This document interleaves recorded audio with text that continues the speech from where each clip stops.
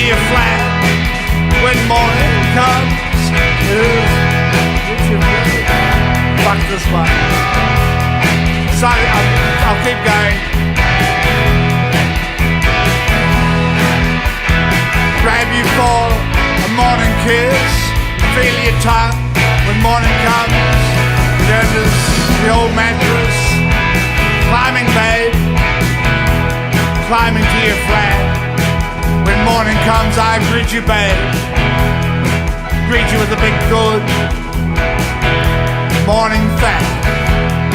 There beside you, little girl, lost in the wheat fields of light. When morning comes inside your sweet, honey, baby, let me be your little boy all night long. Let me be your daddy too. When morning comes, without you, I'm left alone. I'm left a drunk old baritone singing like a flat saxophone. When morning comes, when morning comes, when morning comes, when that is sweet.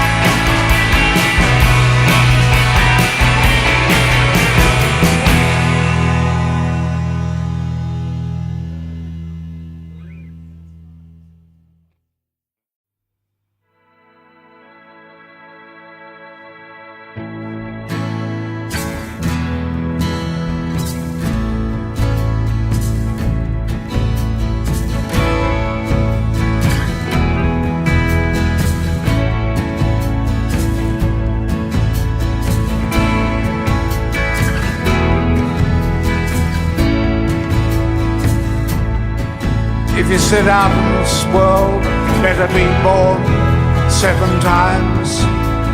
Once in a house on fire, once in a freezing flood, once in a wild madhouse, once in a field of ripe wheat, once in an empty cloister, once among pigs in a sty. 6 babies crying not enough. You yourself must be the 7th.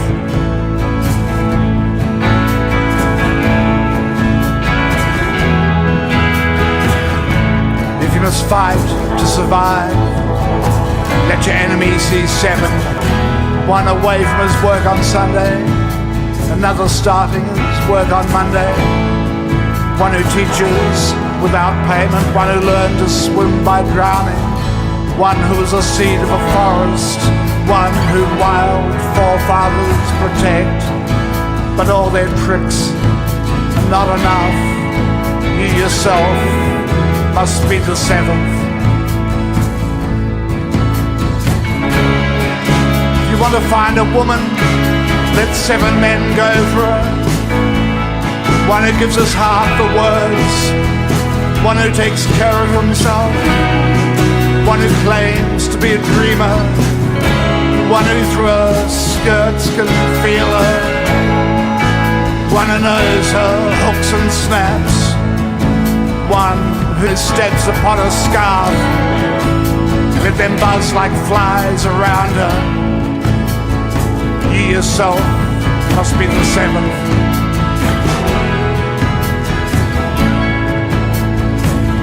If you write and can afford it, let 7 men write your poem. One who builds a marble village, one who was born in his sleep, one who charts a sky and knows it, one whom words call by his name, one who perfected his soul, one who dissects living rats to a brave for a wise. You yourself must be the 7th. And if all when this was written, you will die for 7 men. One who is rocked and suckled, one who grabs a hard young breast, one who throws down empty dishes, one who helps the poor to win, one who works till he goes to pieces, one who just stares at the moon. The world will be a tombstone. You yourself must be the 7th.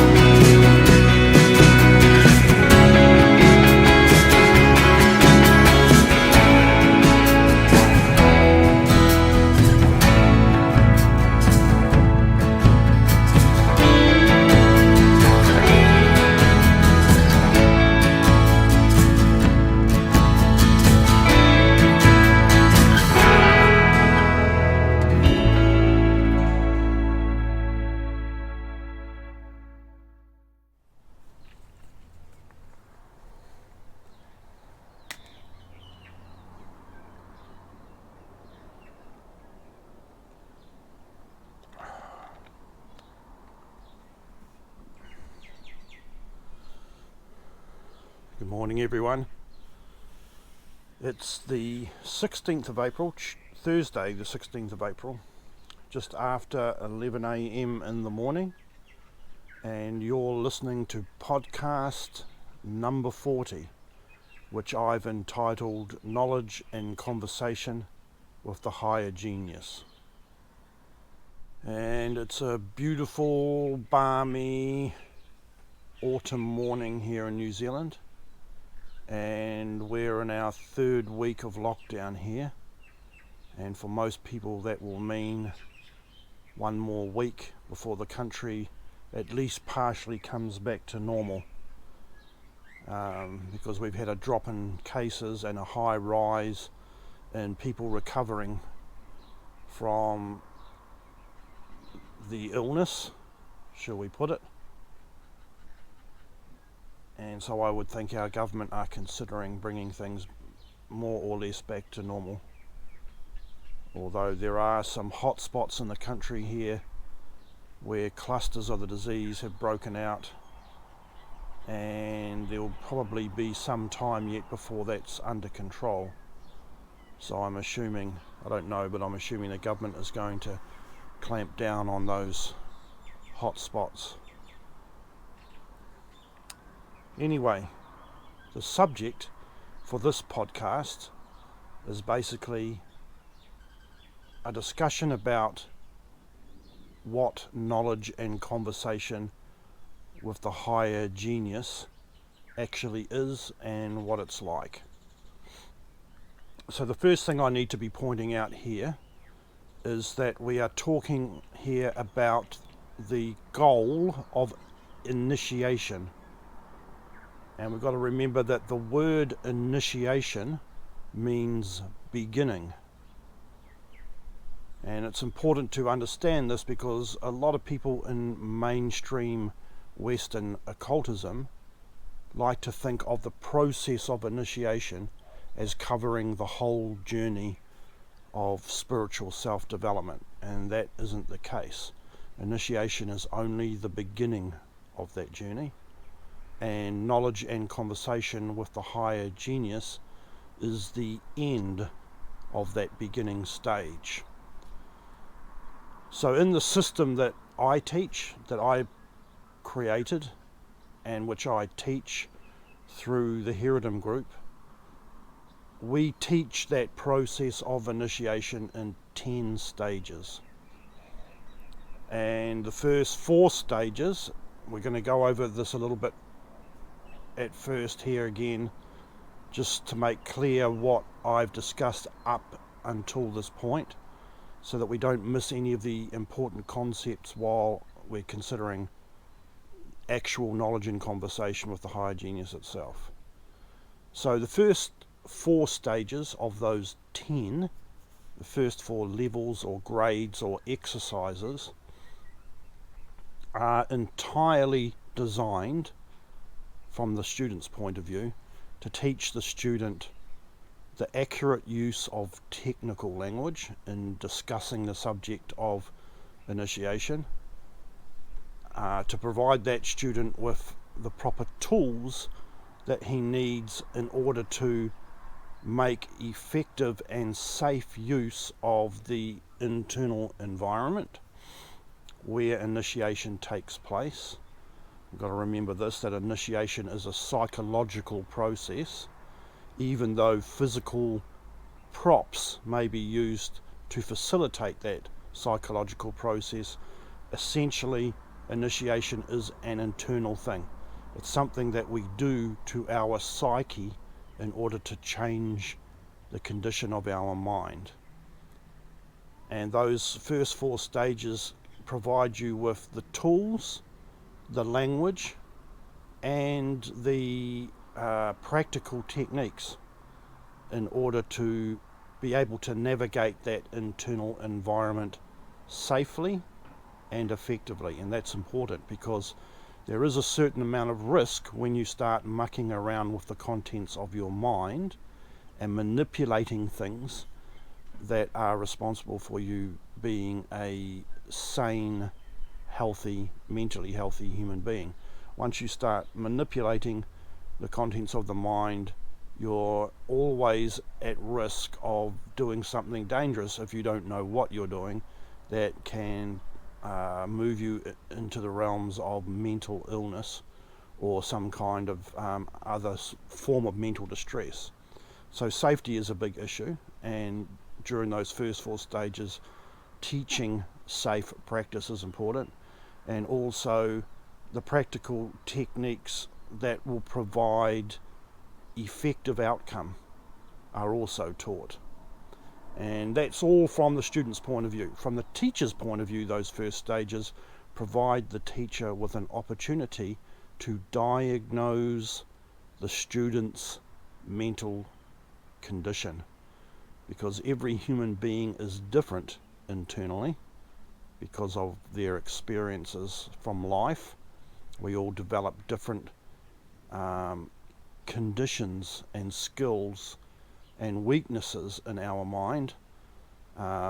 The teacher needs to know exactly what kind of a student that he or she is dealing with. And so teaching those first 4 exercises in our system give the tutor the opportunity to diagnose the condition of the student, to figure out whether they are basically mentally capable of undertaking the journey of initiation. Then the actual initiatory process proper begins at the 5th level, and from the 5th level to the 9th level, a number of different goals are aimed at, and a number of different processes and achievements are focused on. And foremost amongst these is that at the midway point of the journey, the student requires an internal teacher, an inner teacher, who is for want of a better term, a spiritual individual that operates from the internal environment. This is not somebody who the student knows physically in most cases. There are rare cases where that may change. It is an intelligence, an individual, a person that the student is connected with through the initiatory process, and their communications take place in an internal environment. And at that stage, the inner teacher picks up the aspects of the student's training that will take the student from the mid-level of training all the way up to knowledge and conversation with the higher genius, because that internal teacher is an expert in the internal environment. That is the one defining characteristic of the internal teacher, and that is that they already have mastered the stages of development of becoming completely familiar with the proper operating procedure in the internal environment, and therefore they can oversee and teach those procedures to a new upcoming initiate. So the inner teacher takes a student from the middle level of the initiatory journey all the way up to the end, with some guidance from the physical teacher as well. All of those 9 stages, the first 4 and then the stages from 5 to 9, are absolutely necessary, because without the experiences and the tools which are provided by those stages, when the student achieves knowledge and conversation successfully, that student won't be able to properly understand what is going on there and to make effective use of it without that previous 9 levels of training. Now, I've said a number of times in the past that it is actually relatively easy to take an individual, guide them into the internal landscape, and then shift them through the necessary stages in order for them to have a meeting or to confront their higher genius without them having had any previous training. So an expert teacher can easily take someone who's a novice and give them that experience of knowledge and conversation with the higher genius. That's not a difficult thing to do. And many occultists in the mainstream, if they care to make the effort, often find themselves in situations in the internal environment when they're practicing meditation of whatever kind, where they actually find themselves in the company of their higher genius. And it may happen that they don't even realize what's happening, or they may realize what's happening, but afterwards they may discover that they haven't made as productive use of that experience as they would have hoped if they understood more about what was going on. So while it is not a difficult thing to have an intimate meeting with the higher genius, there are a number of things that it is necessary to know intellectually, and there are a number of practical experiences which you need to have achieved and reaped understanding from in order to make the best of that knowledge and conversation with the higher genius. So that covers everything from the first level up to the 9th, and explains why all those levels of training are necessary, and also why it is necessary for someone who's going to succeed in this goal to have an expert teacher. Because the truth of the matter is, nowhere is there written any record of the actual necessary lessons and practical experiences that are required to have a safe and successful knowledge and conversation with the higher genius. There's no books written about it. There's no written records about it. This knowledge is only in the possession of people who have gone through this process themselves and come out the other end successfully, and therefore an expert teacher is required to pass it on from one person to another. And I understand that there are a lot of people who simply do not like the idea that that might be the case. They would prefer to achieve the entire thing by themselves. But I guarantee you that if you attempt to attain knowledge and conversation with the higher genius yourself, and then to make effective use of that experience, it will not happen unless you have had expert formal training. I guarantee it, because I have seen tons of people try to successfully attain knowledge and conversation with the higher genius through expert training that find that whole process extremely difficult to manage, and most of them fail at it. Most of them fail simply because they can't give up their desire to control the situation and their desire to manipulate and manage their physical reality by themselves. Their concern is not a spiritual one, but a journey of trying to gain greater control over physical reality, which is exactly the opposite goal of spiritual self-development. So now let's define exactly what knowledge and conversation with the higher genius is. The term originally comes from a book called The Sacred Magic of Abramelin the Mage. And this book was made, more or less, famous by some of the founding members and original members of the Hermetic Order of the Golden Dawn. So I'm saying specifically the phrase originated with that book, but the process and the concept of accessing one's higher self is a very ancient part of the tradition which the Western mystery tradition grew out of. So the concept is old, but the phrase itself, knowledge and conversation with the higher genius, is a relatively modern phrase, which is used today mostly as a technical reference to the subject we're talking about here. And that phrase came out of a book called The Sacred Magic of Abramelin the Mage.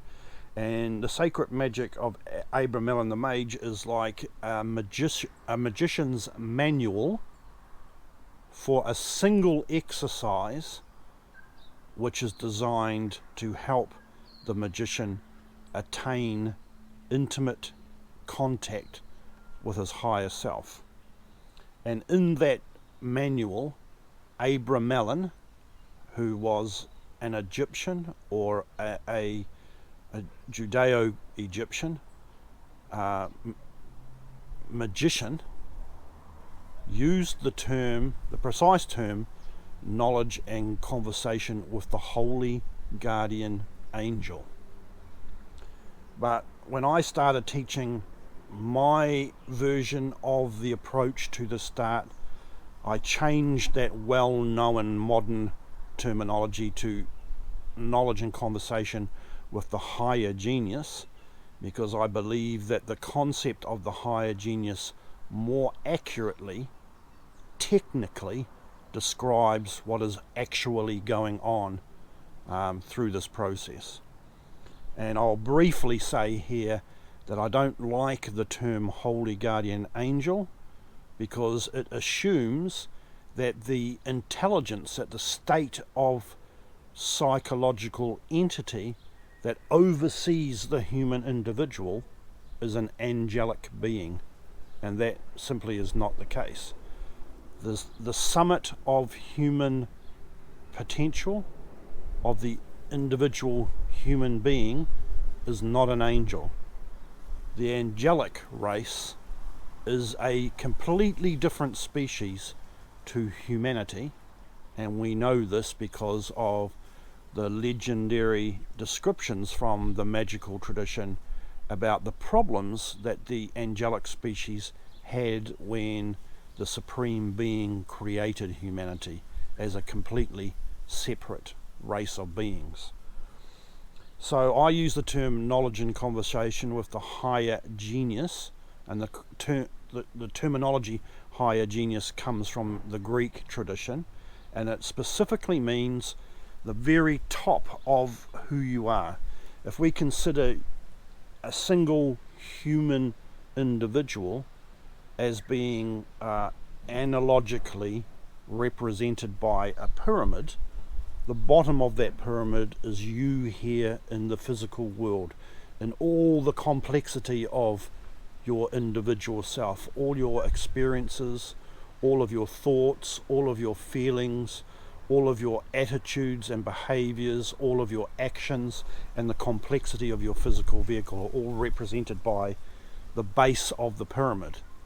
And the cap of the pyramid, the tip or point of the pyramid, represents your higher genius, the very summit and single unified entity that represents the absolute peak of who you are. When you get to that point, if you go beyond it, you go out of yourself into a different state of being, or towards a different species of entity or intelligence. So the higher genius represents the highest part of yourself, and in common popular esoteric language, it's most often referred to as the higher or highest self, and I think that's a relatively good term because it describes exactly what it is that we're referring to here.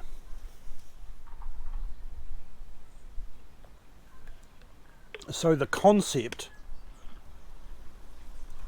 of knowledge and conversation with the higher genius is a concept that again was popularized by the Golden Dawn tradition and by individuals who had been trained in that tradition and broke off and started their own versions of the Golden Dawn system. And it was the Golden Dawn tradition, after a long break in effective Western esoteric training, because the tradition went underground and almost completely died off between the late 1600s and the early 1700s, and then a rebirth or a reformation began again in the early to middle late 1800s. And it was the Golden Dawn who, through their work and their influence, their powerful influence on the Western, the newly developing Western mystery tradition, that once again brought to light the concept that the ultimate goal of the magical or alchemio magical tradition in the West was to attain intimate connection with one's higher genius. And I'll explain why in a second. So this is, as I said before, this is a very old concept. It goes back to ancient Egypt, and the Sumerians themselves were probably also in their magical tradition well aware of this, and the same achievement was probably the summit of the Sumerians and Egyptians initiatory training as well. And so the Golden Dawn once again brought this important goal into the consciousness of modern Western occultists at the popular level of the tradition. And now knowledge and conversation with the higher genius is fairly much considered to be the summit of the Western mystery tradition at a popular level by all Western occultists who have a serious and technically serious approach to Western mystery tradition training. So, for example, if you became involved with a temple of very active, serious adepts in organizations such as the Builders of the Adytum, BOTA, or in the Hermetic Order of the Golden Dawn tradition, if you then got to meet with the individuals who were the highest ranking adepts in that temple and could have an honest and open conversation with them about their primary concerns as self-developing and self-evolving individuals with important concern about their spiritual development, the one thing that they would all have in common is that they would be concerned about how to attain knowledge and conversation with the higher genius. At the same time though, I have to add to that statement that among those individuals, the highest ranking adepts of these kinds of temples in the modern Western mystery tradition, you will get individuals who don't care a hoot about knowledge and conversation with the higher genius.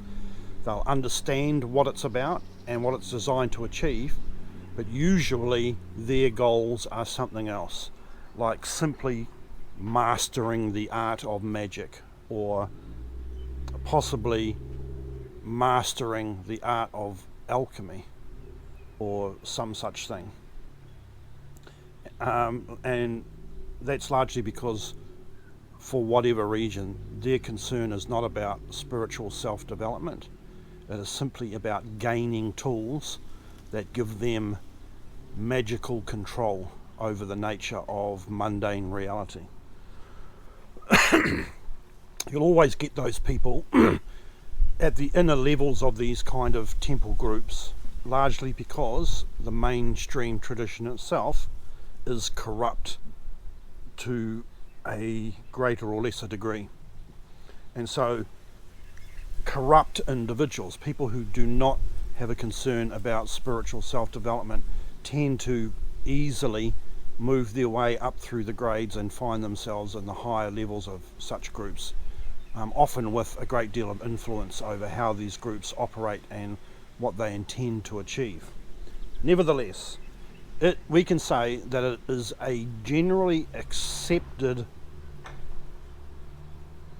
statement that the attainment of knowledge and conversation with the higher genius is the summit of all training that you could attain in any modern Western mystery tradition group or temple or society or brotherhood or fraternity in the mainstream. They don't really conceive of anything beyond that. To them, that is the ultimate goal, and that's all they intend achieving. The problem is that none of these groups, with possibly one or two exceptions of tiny clusters of individuals, none of the groups in the mainstream of Western Hermetism actually have any practical techniques that teach safe and successful knowledge and conversation with the higher genius. And I know this for a fact because I've been member of a lot of these groups, and the ones that I haven't been a member of, I've either seen the lectures that they provide at their deepest levels to their highest ranking adepts that explain their most secret practices that are supposed to provide knowledge and conversation with the higher genius. But when you talk to the individuals who work these processes, who are part of these systems and groups, nobody there, no one has ever attained knowledge and conversation with the higher genius. And this is an important idea to be aware of, because when I discuss the system that I put together and teach, the Hermetic group's initiatory process, one of the things I state very clearly is that we do provide what we advertise. We do provide knowledge and conversation with the higher genius, and we have proved that dozens of times with advanced students who succeed in their training. Our training process actually does provide what we claim it does. And so there is a certain amount of controversy at the popular level of Western Hermetism about this claim that I make about the Hermetic group. because there are a lot of people who don't like to believe that what I claim is true. And it is important to understand also that I don't care about what those people want to believe, because those people know next to nothing about what it is that we deliver, and those people have never sat down in a room full of individuals who have succeeded effectively in our system and have discussed the details, the intimate details of their experience of knowledge and conversation with the higher genius. Because if they had have been involved in such a discussion, they would immediately recognize that those individuals speak with personal knowledge from a point of view of deep and reliable experience, and with passion about an experience which very few people in the Western mystery tradition have any understanding or personal experience of. It's not hard to realize when you're talking to somebody who technically, not just in a vague, poetic, airy-fairy kind of a way, describes what knowledge and conversation with the higher genius is like, but someone who can explain every detail of what is required about how to get there, and then who can explain technically every detail about what that experience is like and the effect that it has on your consciousness and on your everyday life, speaking from the point of view of somebody who has actually experienced it. The naysayers have not been in that situation where they've been able to sit down and discuss those intimate details with people who have that experience. And the fact is, I've not only had that experience myself, but in my role as the director of the Hermetism group, I have had close contact with a relatively large number of individuals who have succeeded in this process, and I know every step of the way what they went through to get there, and I know every detail about what they experienced once they got there.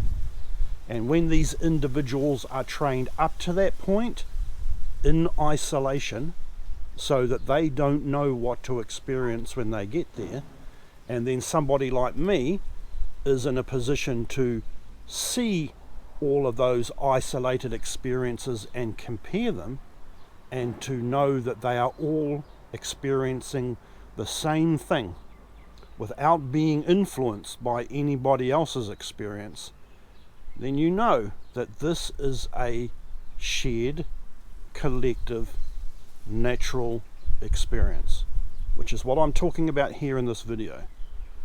The ideas that I'm discussing here come out of this experience, this knowledge of a number of individuals who have contributed to our understanding of what it was that Abramelin the Mage was trying to convey in his magical manual about knowledge and conversation with the Holy Guardian Angel.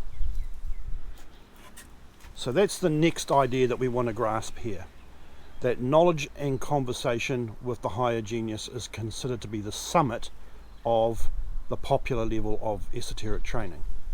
Authentic training, though, from the ancient tradition, says that this is just the end of the beginning of the initiation process, and that the real life of the spiritually aware hermetist begins at knowledge and conversation with the higher genius. The real story, the real community of advanced adepts, are the people who understand intimately what happens after knowledge and conversation with the higher genius. To consider that that is the all-being goal in itself is foolish, because the next question is, once you achieve this great goal of the Western Hermetic mystery tradition of knowledge and conversation with the higher genius, what do you do with it then? On your spiritual journey, your journey towards full illumination, because knowledge and conversation with the higher genius is not illumination, it is only a waypoint on the road towards full illumination.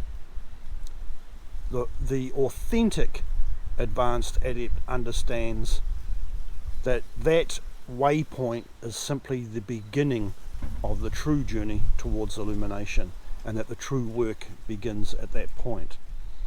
And in order for that work to be carried out, in order for us to use knowledge of our higher genius and conversation with our higher genius productively, we have to understand that once that interaction begins, that the purpose of that interaction is to evolve us further forward and to take us to a level of spiritual attainment that is beyond anything really that you will hear written about or discussed about in the popular level of the Western Hermetic tradition.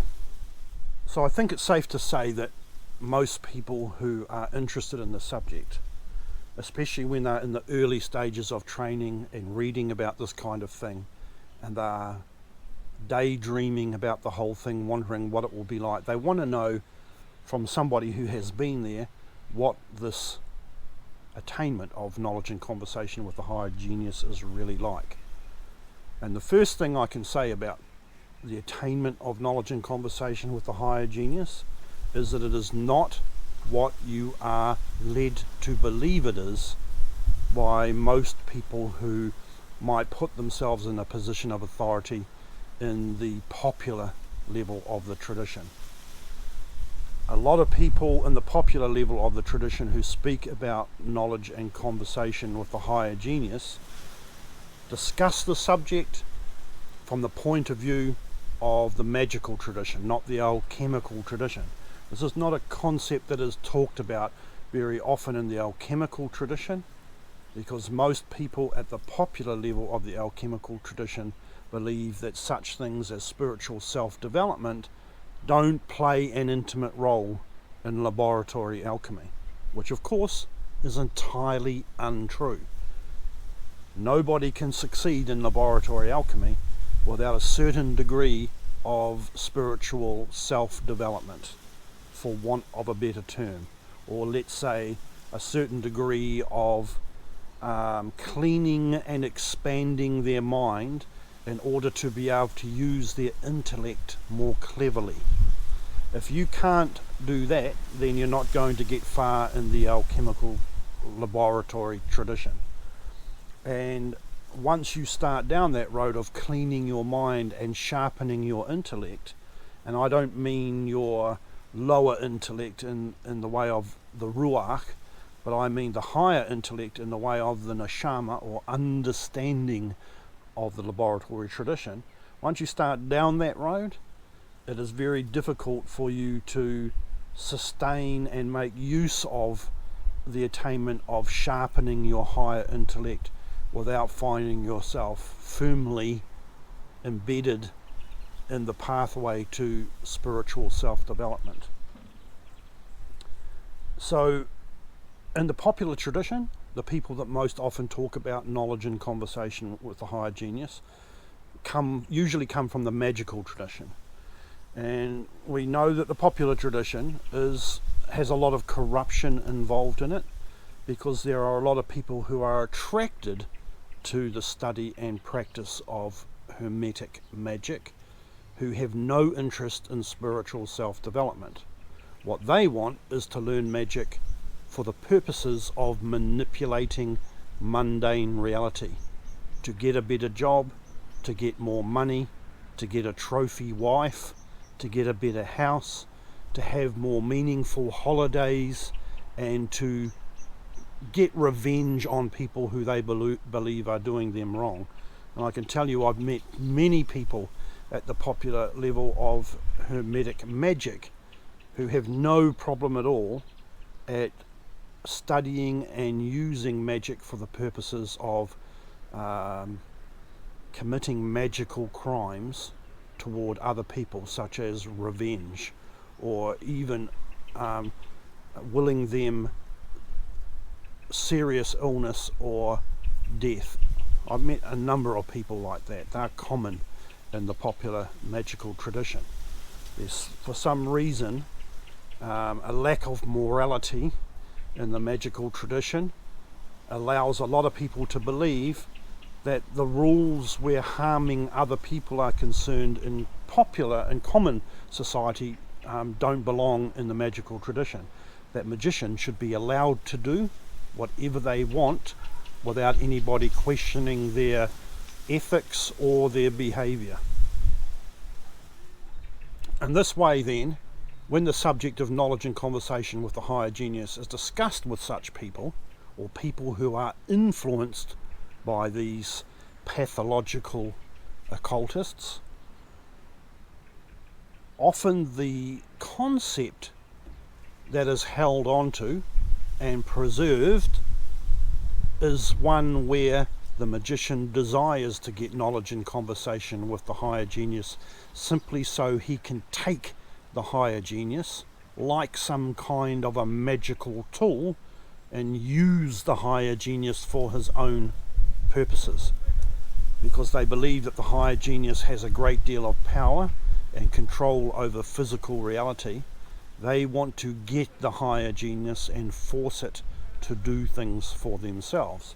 And what this means is their lower nature, the part of themselves that is concerned with physical reality, with mundane existence, wants to get hold of a powerful spiritual entity and use that entity for control over mundane circumstances. And because this is a very popular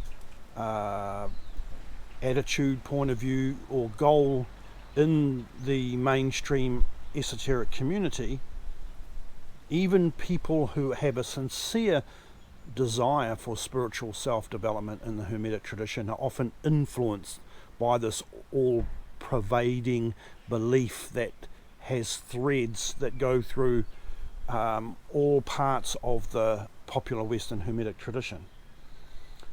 So most of what is believed or understood about knowledge and conversation with the higher genius has nothing to do with spiritual self-development, although the actual fact of the situation is there is only one purpose, one motive for attaining knowledge and conversation with the higher genius, and that is to further our own personal spiritual self-development. You cannot gain access to the most spiritual part of yourself, which created you, created your entire reality, and controls everything about you. You cannot gain access to that part of yourself and gain control over it. That spiritual intelligence is vastly more powerful than you are, and it has completely different intentions and aims than the lower self has. And it would not create a situation, it would not create a reality which had a back door through which lower functioning human beings could gain access to that spiritual state and manipulate it for their own purposes. The mere concept or consideration that such a thing might be possible is just completely silly. It is embarrassingly silly. There is no rationale to believe, no effective rationale to believe that a powerful spiritual entity would create a reality in which it was possible for a dysfunctional, lower functioning intelligence could gain control over it for its own purposes. If that was possible, then that lower functioning, semi-ignorant, gross intelligence could use that higher functioning intelligence to do an enormous amount of damage, even unintentionally. It would be completely stupid to create a reality where that was possible. Such a higher functioning spiritual intelligence would not be higher functioning, all powerful and all wise if it allowed such a thing to be possible. The only thing that such an intelligence is interested in is the spiritual well-being of humanity, and therefore the only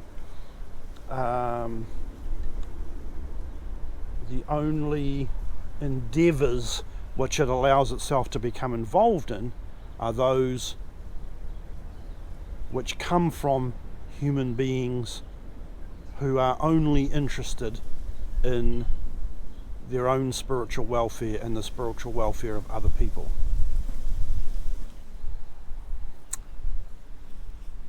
So what is knowledge and conversation actually like? Usually the first time it happens for students of our system, it is all the kinds of things that you might imagine as far as how it feels are concerned. It expands your awareness. It makes you feel an overwhelming state of bliss. You become aware that your higher genius virtually has no limits where its wisdom is concerned and where the amount that it understands about you is concerned. These very typically talked about new agey kind of concepts of infinite wisdom, infinite expansion of consciousness, infinite potential, are all part of that experience. And usually the first time you have knowledge and conversation with the higher genius, these feelings and experiences are fleeting. You feel them all right, and they are crisp and crystal clear, and you have no doubt about the truth of the nature of those things while you're experiencing them, but they don't last. And usually a person who has just had this experience for the first time will be overwhelmed by all those feelings, and the experience won't be much more than that for them, and they will come out of that first session very happy with their achievement and overwhelmed and excited, but not really understanding the point in it. And I can compare it to this because I've been down this road myself, where taking psychedelic substances in large doses and finding yourself in alternate states of consciousness, shall we say, that are overwhelmingly blissful and colourful and freeing up of the self, all of that is fine, but ultimately we come out of those experiences not being any much more smarter than we were when we went into them. And this is one of the problems that Timothy Leary, one of the great gurus of the psychedelic movement, and some would even say one of the founders of the psychedelic movement, he spent a long time promoting the whole idea of taking psychedelic substances for spiritual purposes, but in the end of his life, when he was coming close to the end of his life, he was perplexed, because he realized after all of the countless number of powerful psychedelic experiences that he had, that they all felt great, but that ultimately right before his death, he could say that as an individual, I'm actually not much different than I was when I started down this road. He didn't become a spiritual being. He did not spiritually awaken. He did not attain knowledge and conversation with the higher genius and then use it productively to achieve spiritual goals. And he did not attain spiritual illumination. Basically, all he did was get high, and because those experiences are so blissful and overwhelmingly blissful, they're highly addictive. You want to go back into those states and feel that bliss, because mundane life is a harsh place, and so psychedelic experiences become an escapism. The difference with Hermetism is it begins by teaching you how to productively use those states, and then provides those states for you, so that when you get into them, then you can use them for your personal growth and reap understanding from them, which is the key thing. If you don't come out of those experiences in the end with vastly increased understanding, then for all of the joyful benefits of it, we can't say that those experiences are spiritually useful. So as far as what knowledge and conversation with the higher genius is like, we have to be careful not to allow ourselves to be sucked in by the kinds of things that popular occultism presents to us about what to expect from those states. Because popular occultism largely grew out of the hippie movement and the psychedelic 60s and the kinds of things that they believed spiritual growth was because of taking psychedelic substances. And these people, like Timothy Leary, were not trained, expert adepts.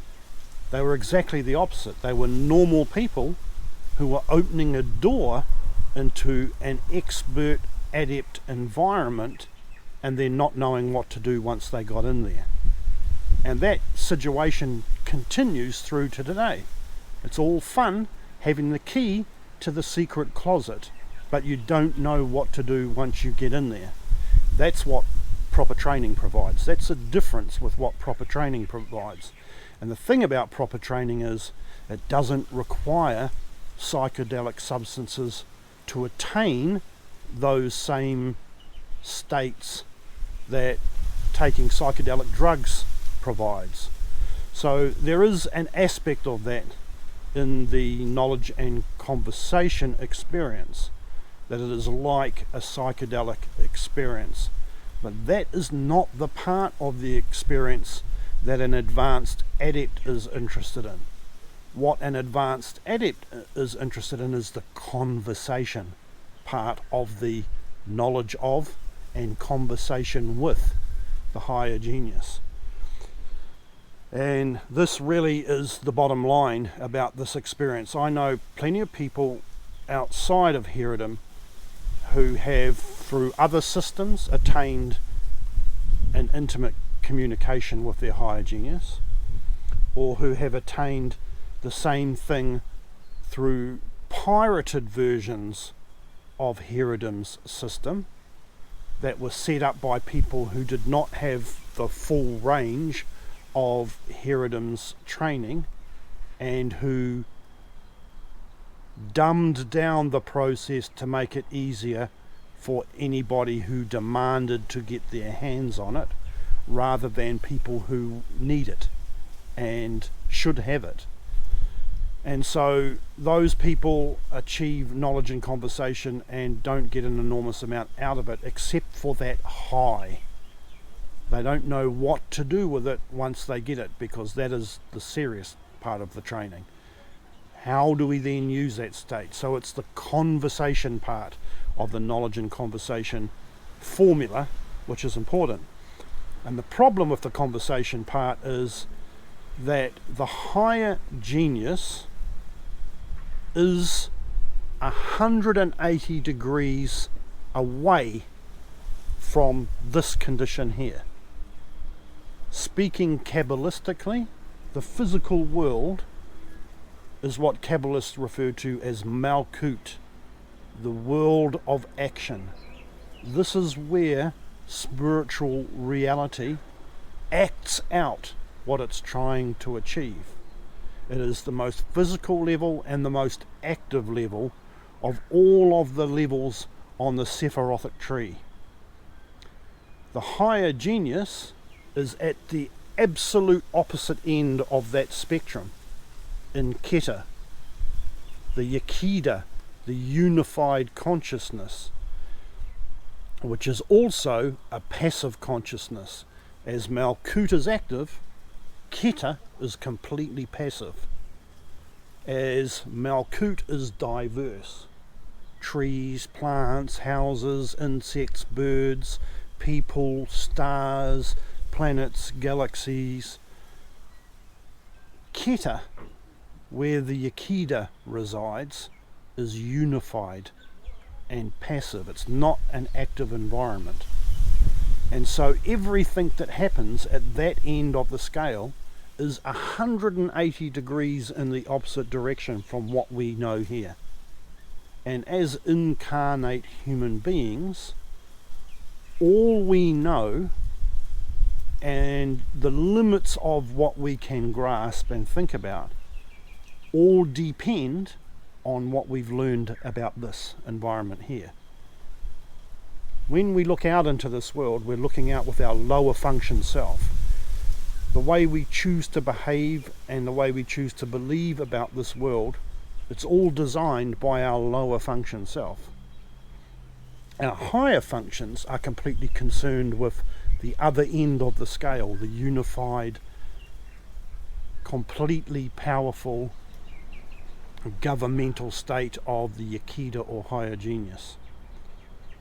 So the first time you have knowledge and conversation with the higher genius, what you are doing is that you are bringing two opposite poles, Malkuth and Keta, together in the same place. And there's a saying in Kabbalah, and there's a similar one in the alchemical tradition, that most people will probably have heard of, the Kabbalistic one, that Malkut is in Keta, but after another manner. And what this means is, as the alchemical tradition would say, as above, so below, as below, so above, for the benefit of the one thing. That when you bring these two opposite poles together, you find yourself existing for a fleeting moment in time in a state of awareness which is completely unlike anything that exists or is related to this reality here. It's something that the lower functions don't understand at all, can't comprehend. So in order to be able to use that state productively, you need to be trained to use that state. For weeks and months, an expert has to teach you ways of thinking, ways of dealing with your emotions and your instincts and your intuition, ways of building a philosophy about the nature of life that will allow you, once you have knowledge and conversation with the higher genius, to have some degree of understanding about what's going on in that state.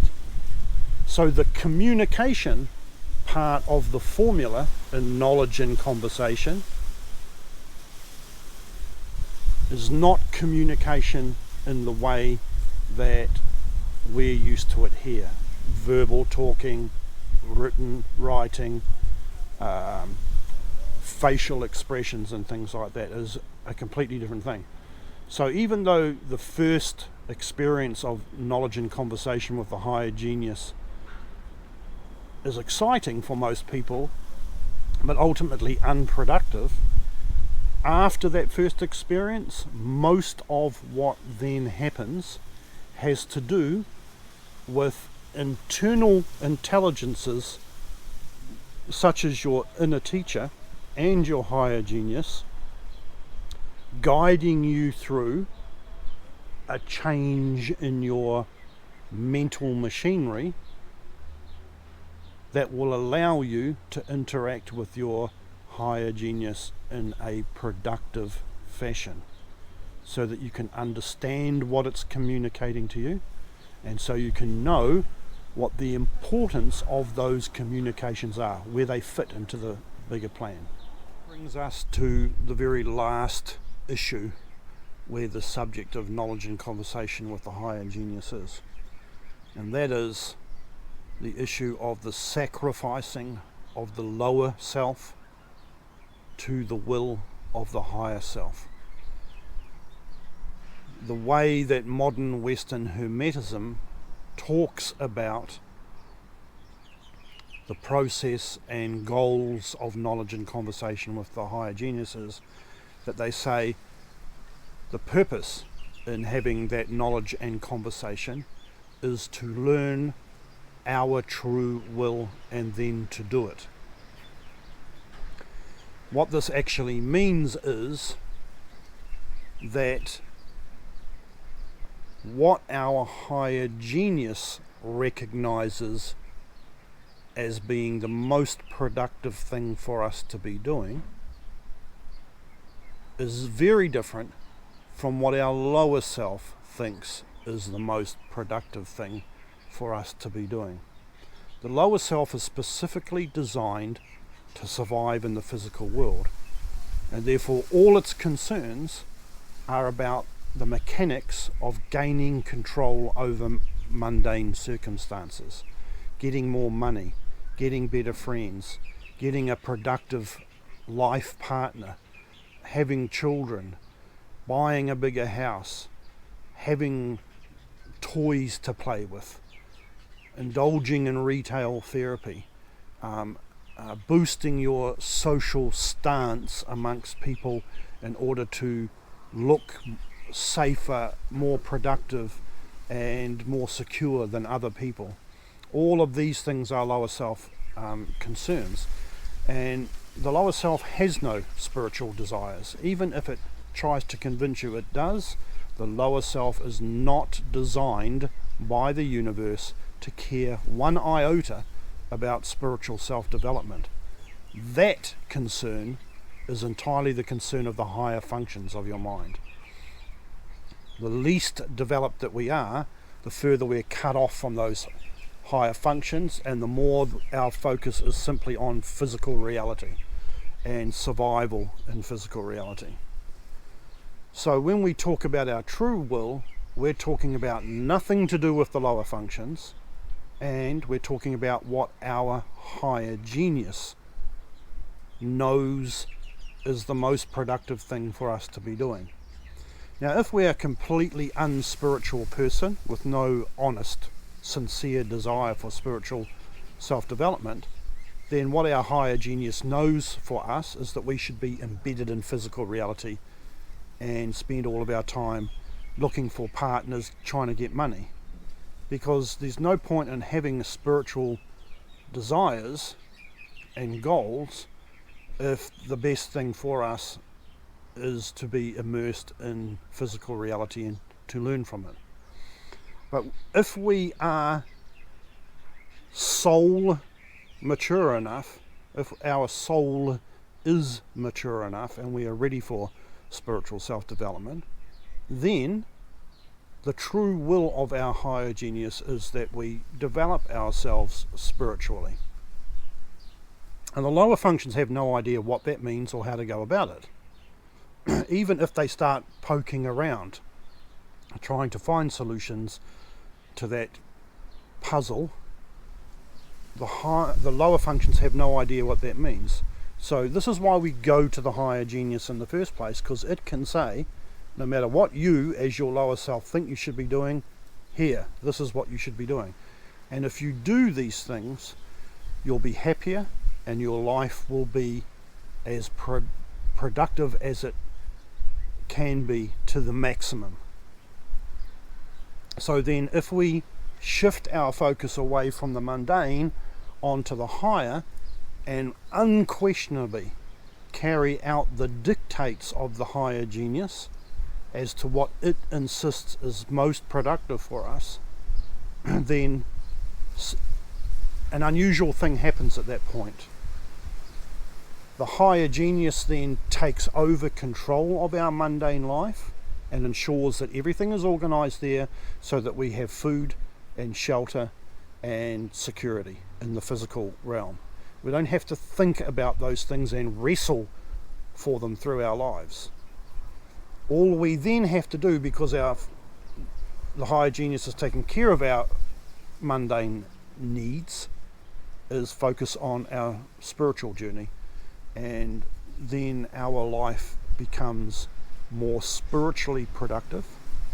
We develop in ourselves more spiritually, and we learn that ultimate security comes from the higher genius, not from the Federal Reserve or from the guy who manages the department that we work in and the company that we work for. So when we talk about knowledge and conversation in order to find out what our true will is and then do it, what is required from that is that we then sacrifice our physical desires for our spiritual will. We sacrifice our lower nature in order to allow our higher nature to take over control of our life. Our higher nature controls our life anyway, but part of that is that it allows us to make any kind of mistake and any number of mistakes that we indulge in order to learn lessons from it. But a time comes when we no longer need to keep repeating the same mistakes and living a disaster of a life, and we can let all that go, sacrifice our lower nature, and turn our focus onto our higher self and our higher will and our personal spiritual growth. And the higher functions then take over guidance of our life. And to use a very common and popular turn of phrase, we might say that gradually, as we learn to give up on the lower functions trying to control everything and hand our life over to our higher functions then take possession of our mundane life and take over full control, and we become what we truly are, and that is an expression of our higher genius. A lot of mainstream and popular esoteric systems have teachings where this concept of sacrifice is concerned. So for example, in the 5=6 grade in the Hermetic Order of the Golden Dawn ceremonial initiation system, where a person becomes an adept for the first time, part of that ceremonial is that the initiate is tied to a cross, and there are a number of speeches about self-sacrifice and about sacrificing one's lower self to the higher self. So this concept of self-sacrifice for a spiritual purpose is actually well known, and it's part of a number of mainstream esoteric traditions, but virtually nobody really understands what that means, and they certainly have no understanding of how to go about that sacrifice. What do you do? In what way does that sacrifice take part? Only authentic, productive, traditional, ancient initiation provides the answer to those questions. So I think that's all that needs to be said at this point about knowledge and conversation with the higher genius. If I've overlooked anything that you particularly wanted to know about this subject, please put your comments in the comment section below, and I'll be more than happy to answer your questions, provide you with more information on the subject, because it is important, because it's the goal of initiation.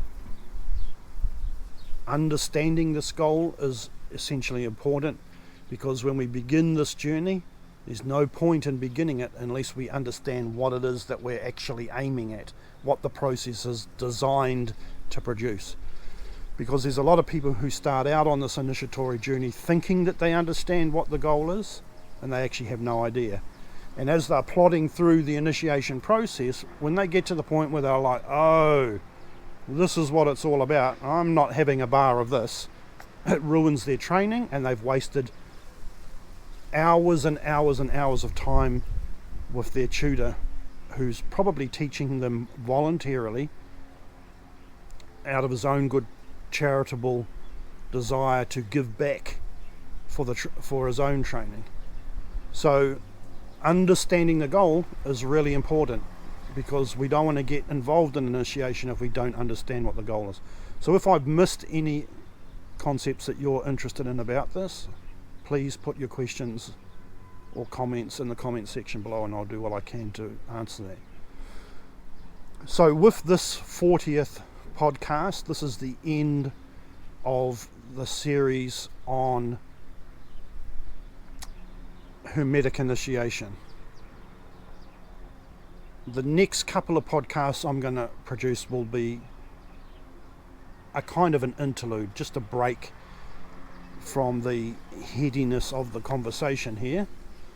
The very next one, I'm hoping to make a compilation of all of the introductory clips and music that I like from the previous 40 podcasts, pick out the best ones, compile them together into one, I don't know, maybe hour-long video just for the hell of it.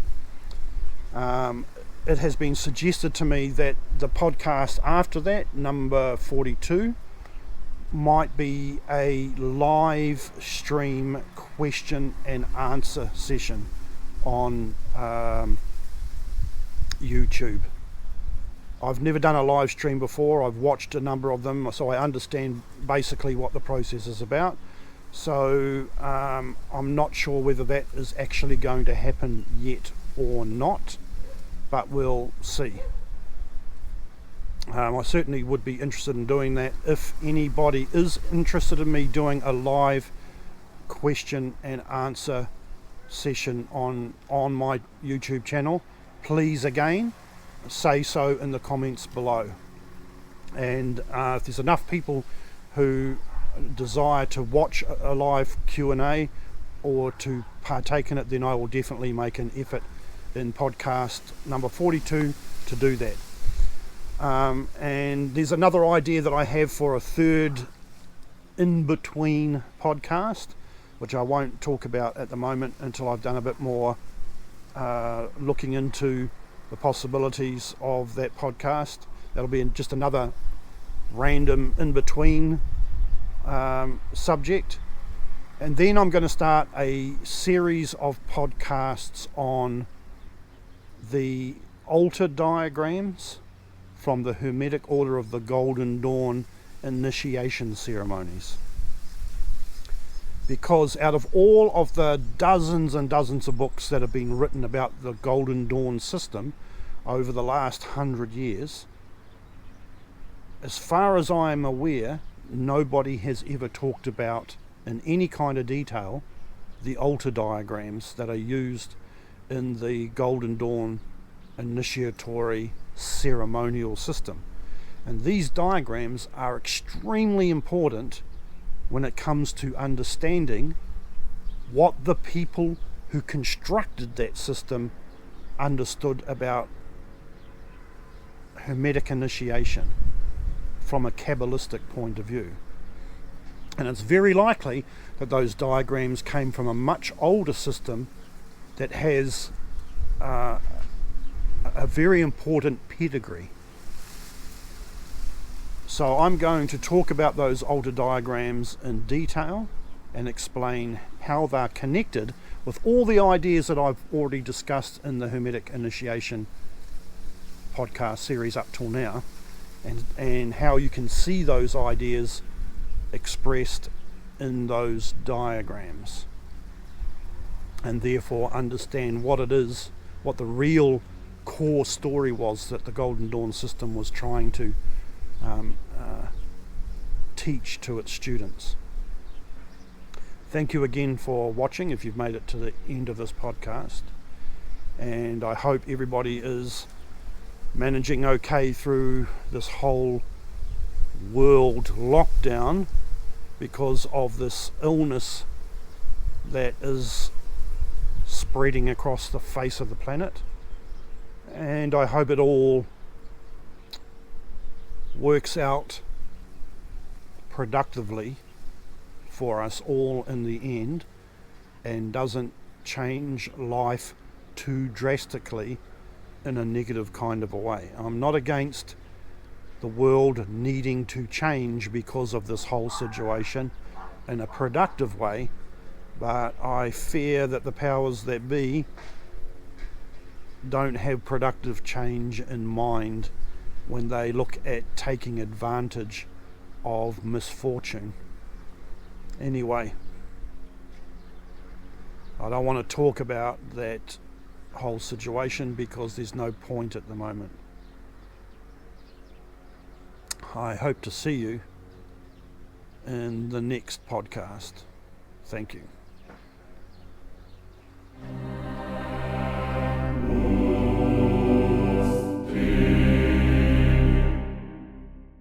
Please